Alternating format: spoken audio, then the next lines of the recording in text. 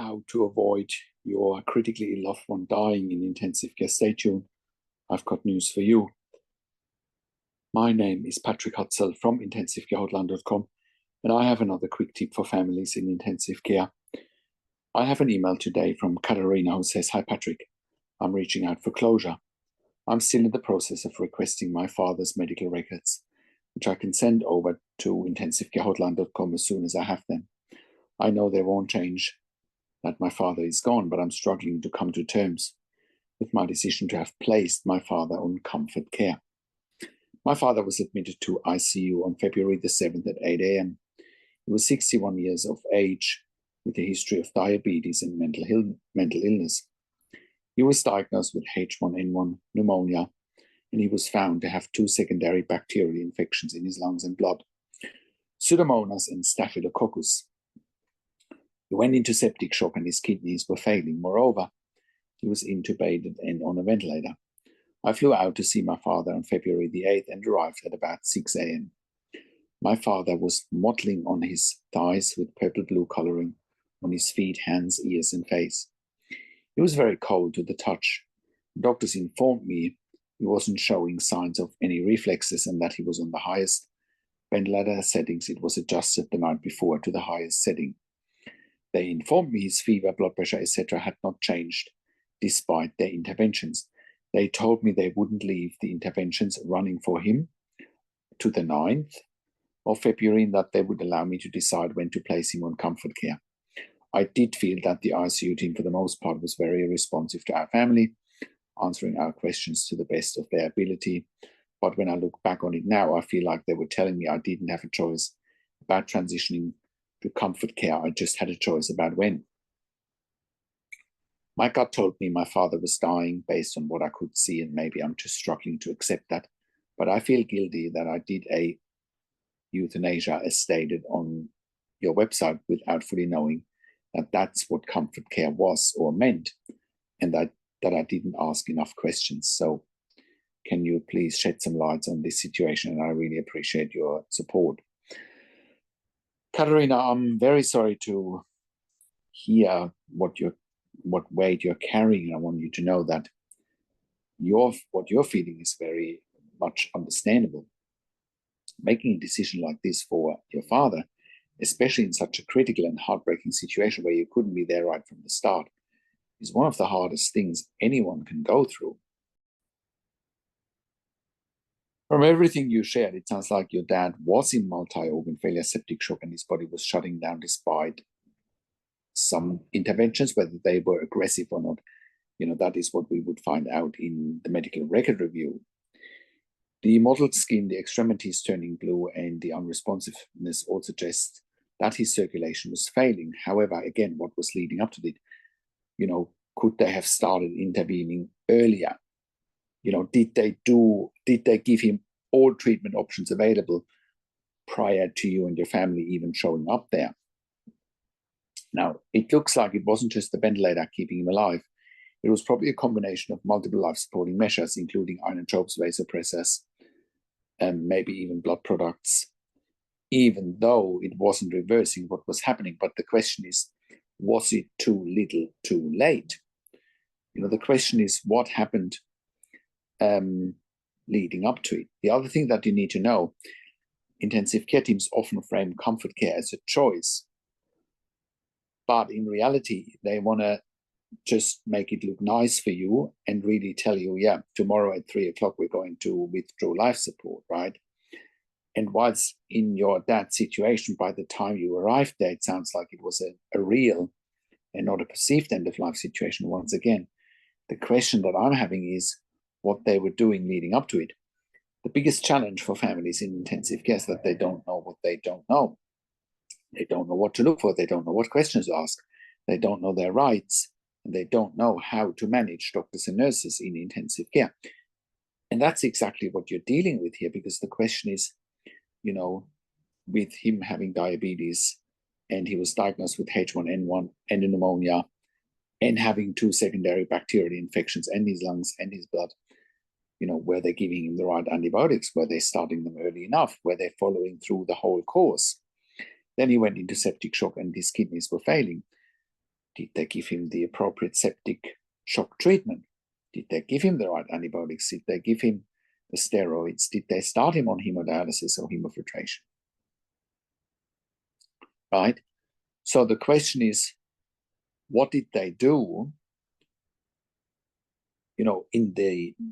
before the time that you showed up there? Did they do all the right treatment?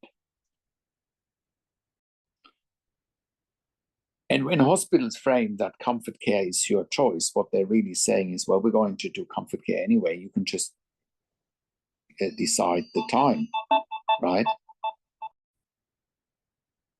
And comfort care should be a choice, not a situation where it's being forced on you.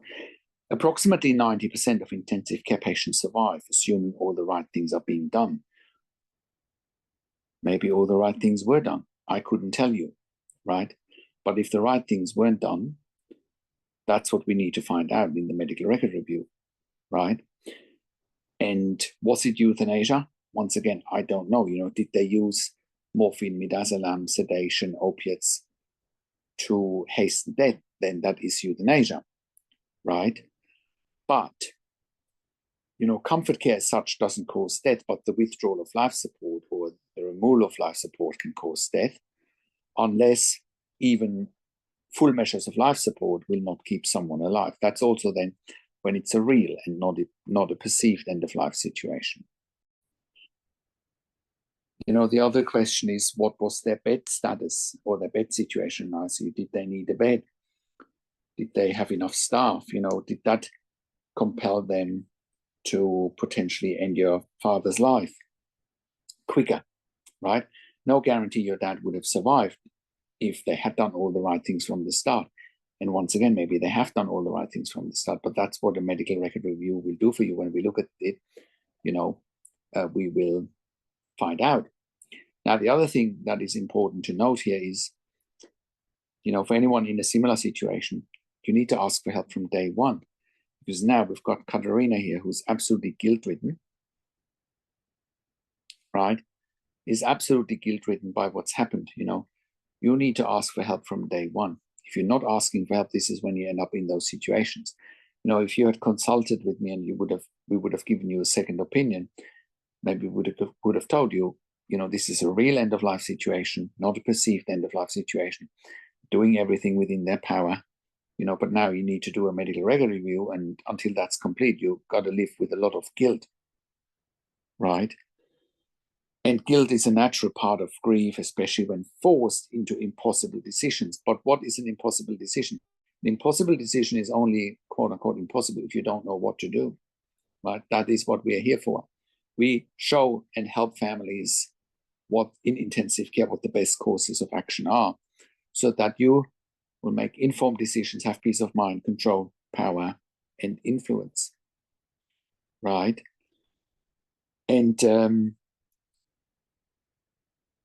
whilst you were there for your dad in the dying hours, leading up to it, all the right questions should have been asked. And I know words will not take away your pain, and I hope that you can find some peace and clarity, but we will help you with that by looking at the medical records, of your late father and getting some peace and clarity. But the bottom line really is, for anyone watching this, do not get in a situation like that. Get help the minute your family member goes into ICU, because the reality is, when someone is critically in intensive care, there are dozens and dozens of things happening simultaneously. It's like piecing together a very complex puzzle. And unless you understand all the moving pieces, you will be led down the wrong path, because you will not be in a position to make informed decisions.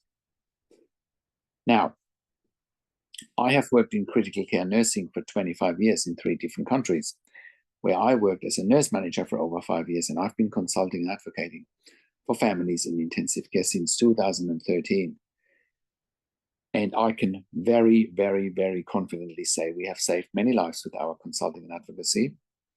And you can verify that on our testimonial section at intensivecarehotline.com, or you can verify it on our intensivecarehotline.com podcast section, where we have done client interviews, right? And those client interviews will show you and will verify with you that we've saved so many lives. You know, it's part of our skill. Part of our skill. No guarantee we would have saved Katerina's father's life, but chances would have been much higher for that to happen if she had reached out on day one of her father going into ICU. Don't make the same mistake. Reach out on day one, because our advice here is absolutely life-changing. And again, that is no exaggeration. It's no exaggeration. Our advice here is absolutely life-changing. We have changed so many lives to the better, and we have saved lives. And you can join a growing number of clients and members with one-on-one consulting or as part of our membership, because I do one-on-one consulting and advocacy over the phone, Zoom, Skype, WhatsApp, whichever medium works best for you. And I talk to you and your families directly. I talk to doctors and nurses directly. And I handhold you through this once in a lifetime situation that you cannot afford to get wrong. I also talk to doctors and nurses directly on your behalf or with you, or I set you up with the right questions to ask depending on your situation. And then you will see the dynamics change in your favor. And I will ask all the questions that you haven't even considered asking, but must be asked when you have a loved one critically ill in intensive care. I also represent you in family meetings with intensive care teams. We also do medical record reviews in real time so that you can get a second opinion in real time. We also do medical record reviews after intensive care if you need closure, if you are suspecting medical negligence, or if you are needing closure. We also have a membership for families of critically ill patients in intensive care, and you can become a member if you go to intensivecarehotline.com. If you click on the link, on the membership link, or if you go to intensivecaresupport.org directly in the membership, you have access to me and my team, and we answer all questions intensive care related, and we break things down for you in layman's terms so that you can understand what's exactly going on with your loved one in intensive care. And all of that you get at intensivecarehotline.com. Call us on one of the numbers on the top of our website, or simply send us an email to support@intensivecarehotline.com with your questions. And if you like my videos, subscribe to my YouTube channel for regular updates for families in intensive care. Click the like button, click the notification bell, share the video with your friends and families. Comment below what you want to see next, what questions and insights you have. I also do a weekly YouTube live where I answer your questions live on the show, and you will get notification for the YouTube live if you are a subscriber to my YouTube channel, or if you are a subscriber to my intensivecarehotline.com email newsletter at intensivecarehotline.com. Thank you so much for watching. This is Patrick Hutzel from intensivecarehotline.com, and I will talk to you in a few days. Take care.